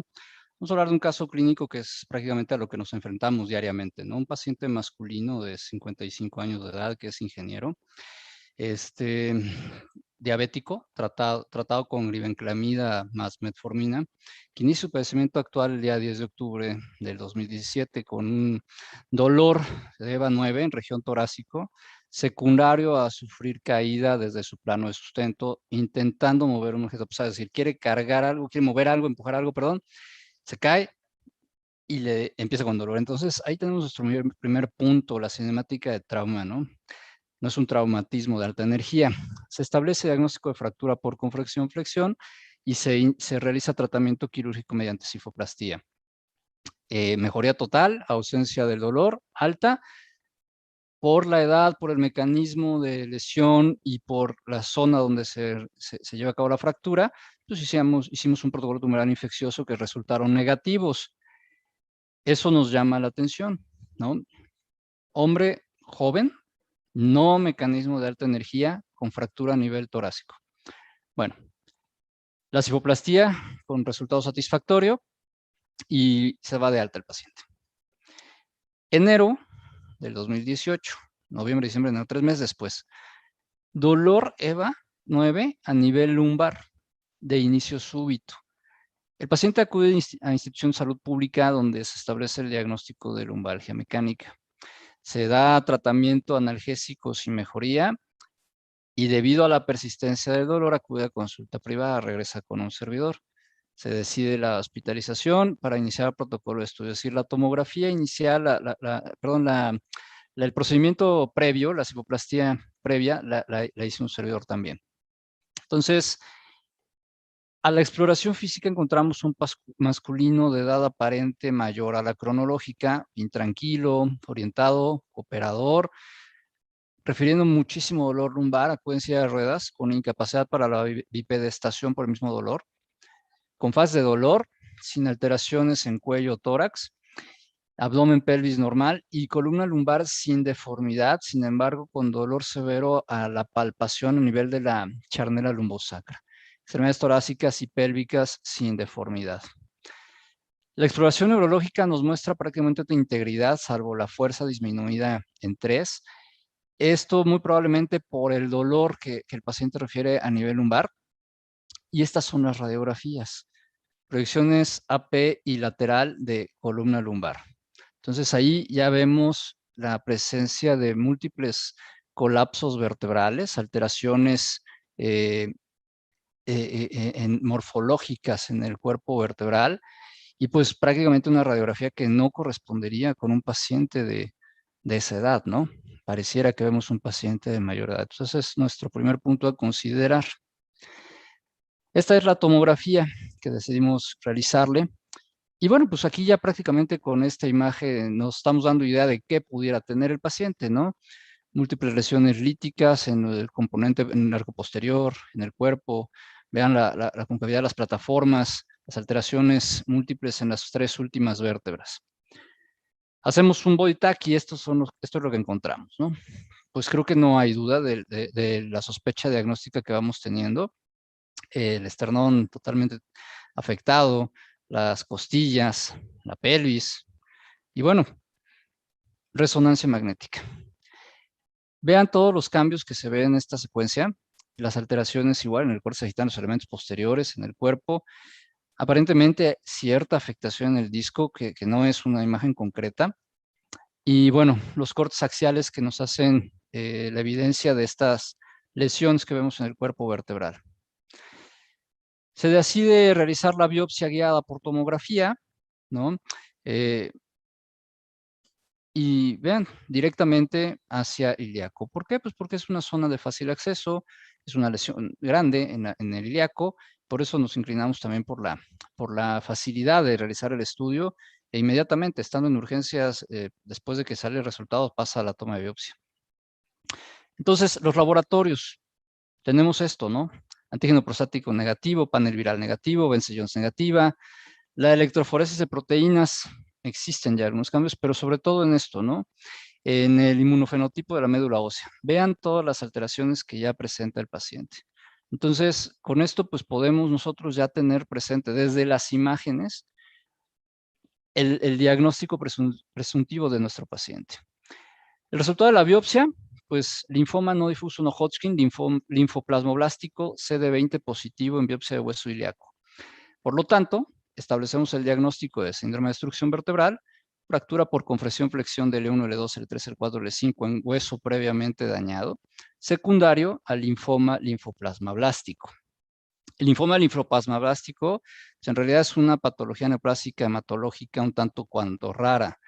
Tiene ciertas características morfológicas y de inmunofenotipo, asociado muchas veces a neoplasias de células plasmáticas y que según algunas descripciones tiende a rotar a mieloma. Entonces, este antígeno CD20 asociado a VIH Epstein-Barr iba a tener una afectación ósea derivado o en consecuencia por lo mismo del hueso con fragilidad, lesiones líticas y su principal característica va a ser dolor. Entonces, derivado de lo anterior y tomando en cuenta el cambio radiográfico de esta, que es de octubre del 17, a esta, que es la de enero del 18, y aquí es donde entra en paréntesis, desde la radiografía inicial se ven algunos cambios y es por eso que en su momento lo protocolizamos, pero el resultado del laboratorio todo salió negativo. Tomando en cuenta la resonancia magnética, miren los cambios que existen en tan solo 3 meses y medio. O sea, un paciente que tiene una afectación vertebral pues, muy marcada, ¿no? Es el mismo paciente, de octubre a enero. ¿Qué decidimos hacer? Bueno, el paciente llegó por dolor. O sea, lo que él tenía era dolor. Un dolor 9 o 10. Nosotros decidimos hacer procedimiento mínimamente invasivo mediante cifoplastía con balón. Y este es el resultado. Tengamos presente lo siguiente. Trabajamos la zona más dolorosa y más afectada, L4 y L5. Una cifoplastía unilateral, pero recordemos que el objetivo de la cifoplastía es liberar todo lo que tiene la acumulación de sangre que está ahí por la misma fractura, por eso les duele.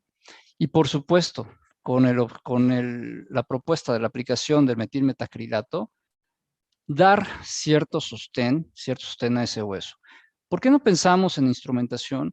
Pues por las características del hueso. Pueden ver en la radiografía P parte de los ilíacos, ¿no? Es un hueso con fragilidad, es un hueso que no nos va a dar la suficiente capacidad de sostén para una instrumentación.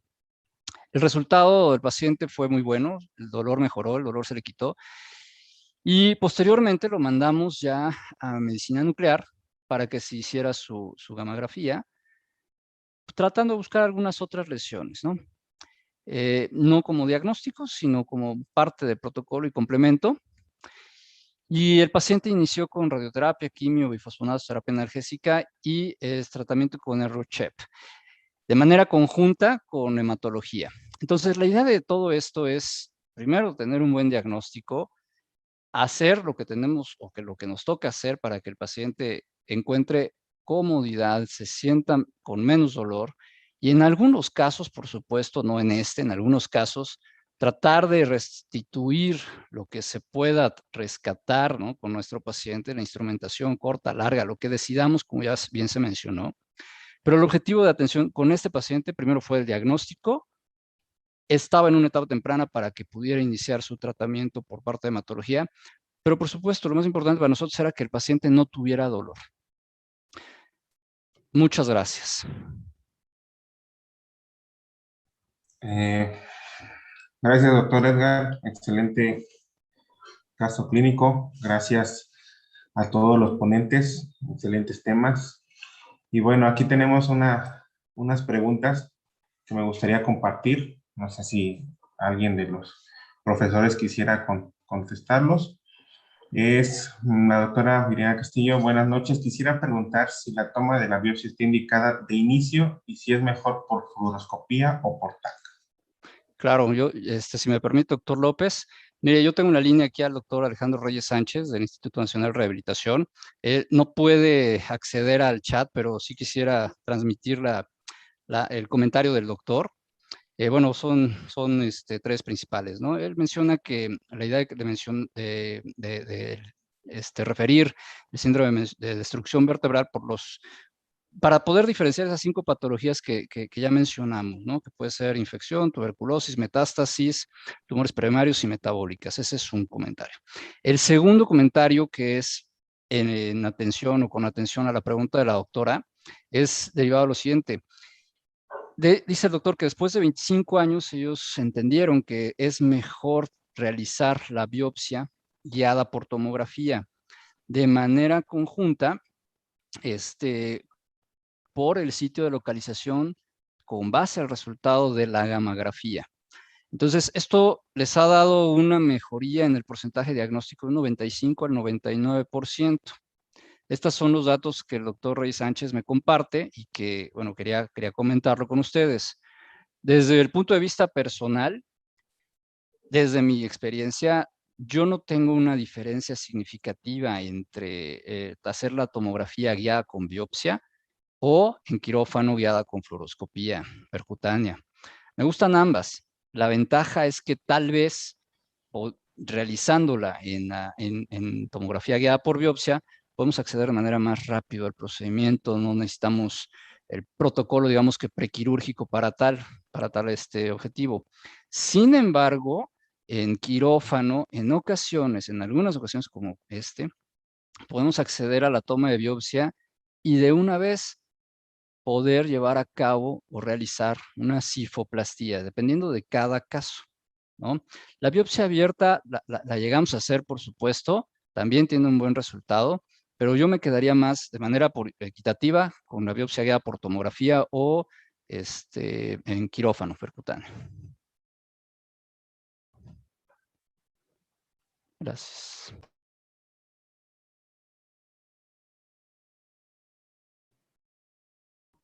Estás con el micrófono apagado, doctor López. Perdón, gracias doctor Edgar Leiva y gracias al doctor Reyes Sánchez por su aportación también. La siguiente pregunta, a ver si nos puede apoyar el doctor Lima, dice el doctor Marco Polo Ballinas, en su experiencia, ¿cuál sería el tratamiento ideal para patógenos multiresistentes?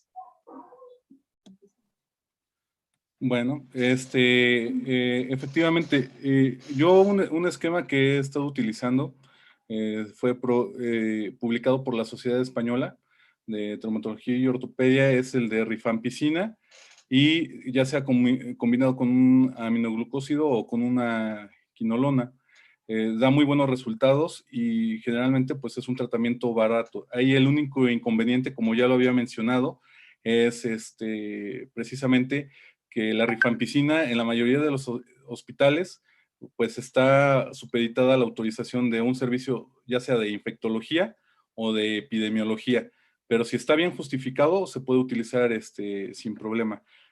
Actualmente pues es lo que estoy yo utilizando y me ha dado bastantes buenos resultados.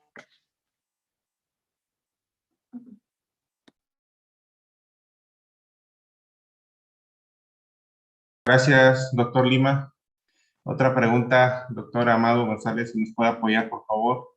Dice aquí el doctor Miguel Ángel Zamora, gracias por el tema, excelente. Hay mucha enseñanza, pero nos hemos enfocado al tratamiento radical. Sin embargo, sí es posible saber cómo se maneja la sintomatología neurológica por compresión antes de la cirugía. Bueno, mira, normalmente en la experiencia que tenemos nosotros ahí en la institución, va a depender mucho de cómo llegue el paciente al hospital. Hay pacientes que ya nos llegan con una lesión neurológica completa, ¿no? Entonces ahí es donde empezamos con la semiología y empezamos con una exploración física. Y es muy importante el tiempo de evolución del paciente, porque a veces que el paciente llega ya con 2, 3 semanas de evolución con lesión neurológica completa, y esos pacientes ya tienen un pronóstico muy malo, ¿no? Si son pacientes que tienen dolor radicular o neurológico, se les empieza a dar tratamiento con esteroides, puede ser con un antineurolítico, tipo la pregabalina, e irlos evolucionando en lo que los estamos estudiando. Pero si vemos que el paciente empieza a evolucionar neurológicamente, entonces tomamos las decisiones quirúrgicas. Esa es la forma de evolucionar a los pacientes. Y el otro punto que les iba a comentar, bueno, en la experiencia que tenemos nosotros acá en el hospital, nosotros hacemos todas las biopsias percutáneas. Usamos una Trefina, es un diseño especial del doctor González Astudillo. Es una Trefina que tiene 8 milímetros de diámetro y tenemos una de 6 milímetros para tumores más altos. Entonces podemos entrar de forma percutánea directamente posterolateral hasta la vértebra, llegar directamente al cuerpo vertebral y tenemos buenos bloques de hueso con la finalidad de evitar el, el comentario de los patólogos, de decir, muestra insuficiente, ¿no? O sea, tratamos de evitar eso y podemos tomar 2, 3 tomas bastante gruesas de tejido y hemos tenido, bueno, hasta ahorita no tenemos ningún problema con eso. Tu micrófono. Gracias, doctor Moga. Otra pregunta del doctor Palmer. Dice, ¿en qué momento se decide instrumentar? Si la decisión se toma en base a la inestabilidad o la evolución de la infección. No sé, doctor Leiva, ¿nos puede apoyar, por favor? Claro que sí. Lo más importante es, primero, enfriar la lesión, ¿sí? Dar el tratamiento específico una vez que tengamos determinado el origen. O bien, primero, tratar la causa, hablando de metástasis, ¿no? Hay que controlar esa alteración primero. Ahora, no es conveniente instrumentar a un paciente que tiene un foco activo infeccioso, por supuesto. Hay que darle el tratamiento, lo mencionó perfectamente el doctor Lima, ¿no? Antes de llegar al tratamiento, el diagnóstico. Después de que hayamos completado el tratamiento y tengamos ya, digamos que la afectación establecida de la alteración vertebral, podremos pensar entonces en un tratamiento quirúrgico definitivo. Es un poco diferente, bueno, más bien muy diferente, ¿no? La patología de origen infecciosa, la patología de origen metastásico tumoral primario. Hay que considerar también, como lo mencioné en el caso, ¿no? ¿Qué tiene el paciente? ¿Por qué llega? Primero, porque no sabe qué tiene. Y segundo, porque tiene mucho dolor. Entonces, nuestra tarea es ayudarle con eso para que esté más cómodo. Y por otro lado, ya en el tratamiento definitivo, recordar siempre que debemos dejar una estructura ósea estable, libre de dolor y funcional. Gracias, doctor Leiva. Bueno, pues para mí ha sido una gran plática, excelentes ponentes. Es un tema bastante amplio para mí, en el que podemos seguir platicando muchas horas. Pero pues me queda más que agradecer, nos quedamos con muchas enseñanzas. Ojalá haya otra ocasión en que podamos seguir aprendiendo más de ustedes. Doctor Leiva, le agradezco, doctor Lima, doctor Amado González, y pues gracias a todos por estar presentes y poder haber tomado esta plática de grandes ponentes. El doctor Eri Paredes, presidente del colegio, le cedo la palabra. Muchas gracias, doctor Miguel Ángel. Bueno, pues antes que nada, pues agradecer a sus ponentes del día de hoy. La verdad, como vamos, voy a redundar un poquito en lo que comenta el doctor López, ¿no? Una plática bastante completa, bastante profesional, en la cual obviamente se han dictado bastantes tratamientos y obviamente nos han recordado también el diagnóstico, obviamente, cómo hacer el diagnóstico de esta patología que conocemos es tan amplia, ¿no? Y pues bueno, pues a nombre del Colegio Asociación Tlaxcalteca de Traumatología y Ortopedia, agradezco a todos ustedes su presencia, por demostrar el interés de participar en nuestra sesión mensual, al doctor y amigo Edgar Leiva, al doctor Amado González Moga, al doctor Pablo Gerardo Lima. Pues muchas gracias por su participación. Como saben, ustedes grandes maestros, y pues al doctor Miguel Ángel López Salas también, muchas gracias por participar como moderador de esta plática. Y pues bueno, pues deseo que sigan gozando de salud en compañía de sus familiares, seres queridos, y pues nos vemos en la próxima sesión. Que estén muy bien y muchas gracias por la sesión. Bonita Muchas noche. gracias, saludos a todos. Fuerte abrazo, que hay salud. Gracias. Tengan excelente noche. Gracias.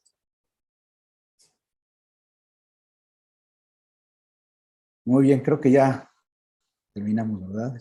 Ya nos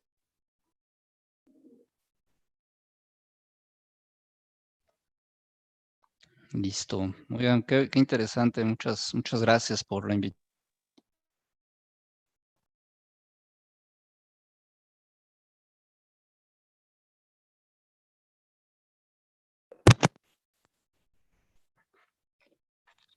Listo.